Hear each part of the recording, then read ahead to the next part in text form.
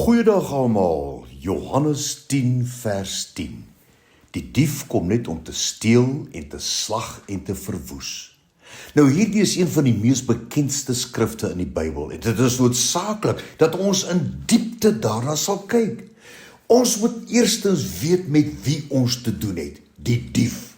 Dit kom met die Griekse woord klepto wat dui op 'n uiters professionele dief wat op so 'n wyse steel dat jy dit nie eers agterkom nie. Eers veel later kom jy agter dat jy besteel is.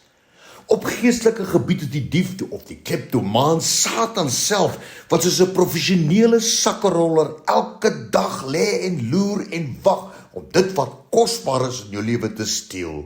Maar veel erger as dit, 'n professionele sakkeroller het selfs die vermoë om voorwerpe in jou sakke te plaas waarvan jy nie eers bewus is nie.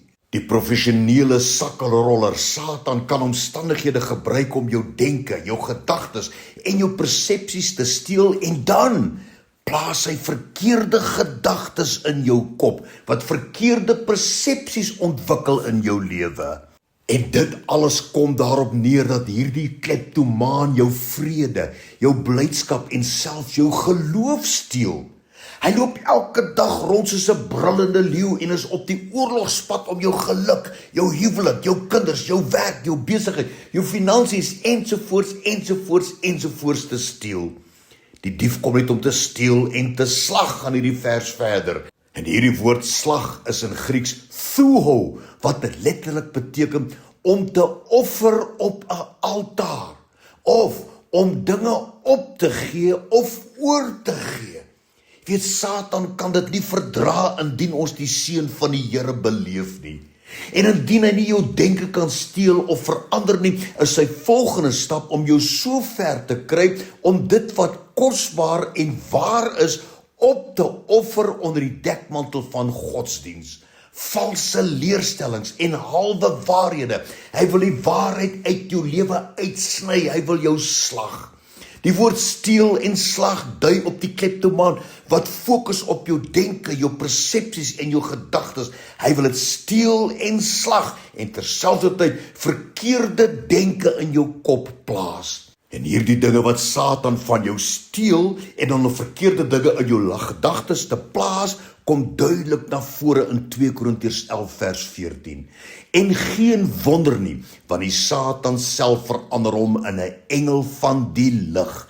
Wees versigtig waarna jy luister, hoor. En dan Galasiërs 1 vers 8. Maar al sou 'n engel uit die hemel julle evangelie verkondig in stryd met wat ons julle verkondig het, laat hom 'n vervloeking wees.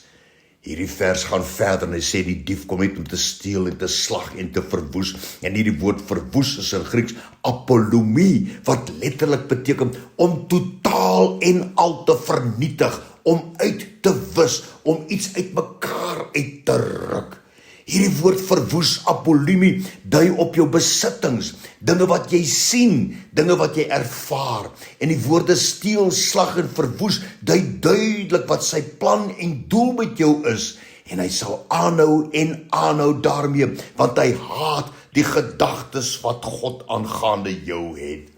Nou direk vertaal hierdie gedeelte, die dief kom uit om te steel en te slag en te verwoes, kan soos volg lees. Die dief wil sy hande op alles in jou lewe lê wat kosbaar is. Hy is 'n geslepe sakkeroller wat wag op 'n geleentheid om sy hande op jou te lê en dan met leuns jou blydskap, jou hoop, jou verwagting en vrede weg te neem en te vervang met alles wat verkeerd en negatief is. En wanneer hy alles gesteel het, skep hy situasies en omstandighede wat so hopeloos is, dat jy geen ander uitweg sien as om alles op te offer in die hoop dat dit jou probleme sal oplos. Satan wil jou heeltemal verwoes en indien jy nie iets doen om hom te stop nie, sal hy jou insolvent en hopeloos los.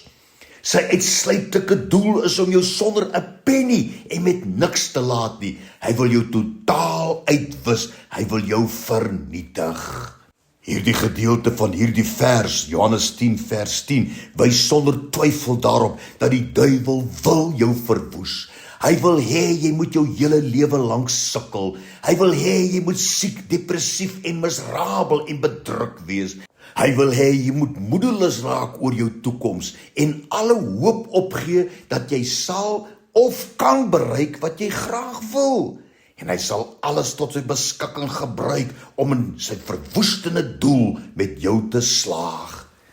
Jy weet, Jesus leer ons in hierdie gedeelte om gedurig paraat te wees, om versigtig te wees waarna ons kyk, waarna ons luister en wat ons toelaat om ons denke te besoedel. Here, dankie dat ons nou weet met wie ons te doen het, maar dankie dat ons ook weet ons kan hom weerstaan. En as ons hom weerstaan, dan sal hy wegvlug. Dankie daarvoor, Here. Amen.